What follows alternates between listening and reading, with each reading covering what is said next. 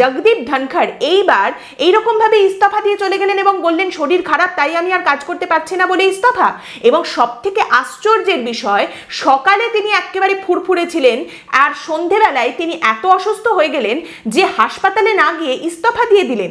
দেখুন, জগদীপ ধনখড়ের পরম মিত্র বা পরম শত্রু দুজনেই এই কথাটা বলবেন যে এতটা বিজেপি ভক্ত নিরপেক্ষ একজন মানুষ তিনি এইভাবে কেন ছেড়ে দিয়ে চলে গেলেন, কেন তাকে সরিয়ে দেওয়া হলো?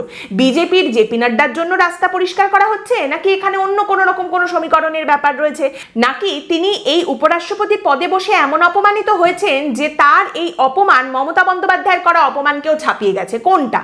দেখুন, এই কথাটা স্বীকার করতেই হবে আপনাকে যে জগদীপ ধনখড় সংসদে যেভাবে বিজেপির দিকে ঝুঁকে থাকতেন তার তুলনা করা যেতে পারে একমাত্র পশ্চিমবঙ্গের বিধানসভার স্পিকার বিমান বন্দ্যোপাধ্যায়ের সঙ্গে, যে তিনি ঠিক যেভাবে তৃণমূল কংগ্রেসের দিকে ঝুঁকে থাকেন। যাই হোক, এখন প্রশ্ন তো অনেক রকমই উঠছে।